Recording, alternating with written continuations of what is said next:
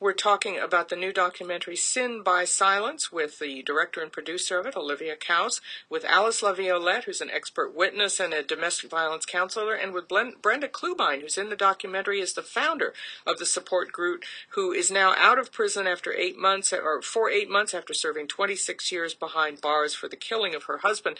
Olivia Klaus, when I talked about this to the head of the California District Attorneys Association in 1993, he said that changing the law to allow this kind of testimony amounted to a recipe for murder. Have you seen how the nature of prosecutions has changed? Was he right that this has opened the floodgates to the murder of men by the women who they have abused? I don't think it's necessarily opened the floodgates. This is not a license to kill. That is not this battle. That is not this movement. What this movement is about, and what these women are about in Convicted Women Against Abuse, is just really understanding why they did what they did, why they felt the need to defend themselves. They did not mean to kill him. They did not mean, all they were doing was defending themselves. What happened in these situations, there was so much violence and so much abuse and so much that was going on that you just have to protect yourself at some point. And that is, all of these women in Convicted Women Against Abuse are not saying what they did was right, but they are asking for, why are we still here? And that's what was happening with, in 1991, 1992, with the whole battered women syndrome is, hey, what about us? Really understand where we're coming from. Alyce LaViolette? It was really interesting to me that opened up on A&E and American Justice. They said, is that going to open the door for women killing men? We don't see increases in women killing men at all. But what's interesting is crimes of passion were never seen as an excuse and a way for men to get away with murder. And that's been true since our legal system was organized. So there is very definitely a double standard. There's been gender studies in the court that criminal justice process, even evidentiary law, is prejudiced against women because it asks for discrete incidences, and women tend to talk more in context. So there are a lot of little subtleties of the law, and I think as juries understand this, and when someone explains it, juries are very open to hearing it.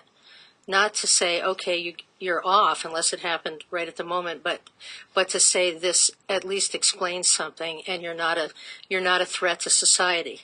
Yeah. We'd like to hear from you as we talk about the documentary Sin by Silence about domestic violence, 866-893-5722. Maybe you'd like to share some stories with us.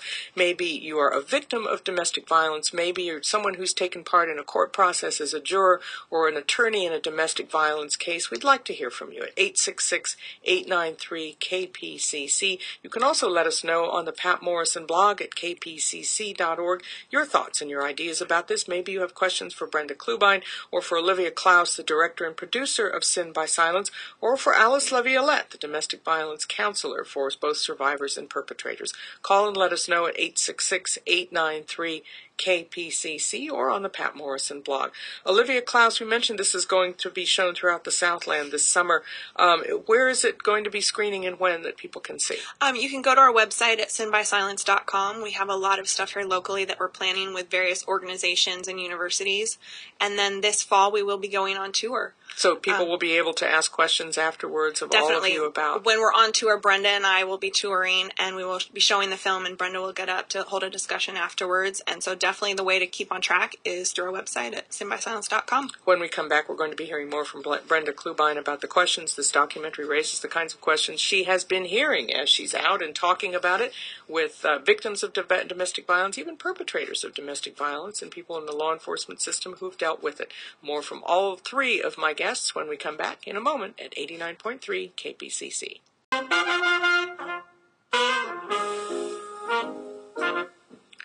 I'm Pat Morrison. Domestic violence is omnipresent in our society, so much so that the Sin of Silence, as it is called, the name of the documentary about domestic violence in an inmate support group, the invisibility of domestic violence has been one of the factors that has allowed it to go on for a very long time. A number of police departments, including at the head of the pack, the LAPD, have changed some of their policies about domestic violence. They used to treat these calls as a bit of a nuisance, and officers have told me that they would go out and effect what they called an LAPD divorce between the man and the woman, just saying essentially, put your hand on the badge, you're divorced overnight, go back and come back the next day and make up. But now it is a much more seriously crafted, a much more seriously considered crime by police across the country, in no small part because of some of the changes in the laws that allow for battered women's defense to come into court when that plays into the issue. My guests are Olivia Klaus, who is director and producer of Sin by Silence, the documentary that I mentioned. Alyce LaViolette is a domestic violence counselor for survivors and perpetrators. And Brenda Clubine has been out of prison for 8 months after serving 26 years for killing her husband. We're taking your calls and questions at 866-893-KPCC. Renee is calling from West Los Angeles. Renee, thanks for your call. Hi. I was a prosecutor earlier in my career, and I did prosecute domestic violence cases. And what I found was that the police were rather insensitive to the victims and intimidated them in a way that they were reluctant to testify. I do understand that that's improved now, and that there are women police officers interviewing women victims. But I also think that the prosecutors were too eager to allow cases to go, in other words, to plea bargain them out in domestic violence cases, because the victims were often reluctant to testify, and the officer's testimony was usually after the fact of what they observed, and that was open to cross-examination and impeachment. Renee, thank you for that. Brenda Clubine, you're nodding your head. Wow. I can relate to all of that. I can relate to not being able to express to the police what really happened because they didn't want to hear it, because they allowed the abuser to take control of the situation with the police officers. So I appreciate your being able to come forward with that and also understand that plight. And Alyce LaViolette, has that changed the way that police departments now handle domestic violence calls, and prosecutors handle domestic violence cases? Well, there was a change in the law in 1984 in regard to mandatory arrest in California. The policy sort of changed to a pro-arrest policy. The law hasn't changed. But police officers were, for a period of time, getting a lot of training on domestic violence, and they were getting training from outside of the force, so they would bring community people in. Over time, what happened is I think it's more in-house training, and I don't think they're getting the same kinds of training with, budgetary cutbacks or whatever. But definitely it's changed. I mean, you see police cars that have the bumper sticker, "There's no excuse for domestic violence." And when I started in the 1970s, you didn't see anything like that. Let's hear from Jennifer, who is in Irvine. Jennifer, thank you for your call.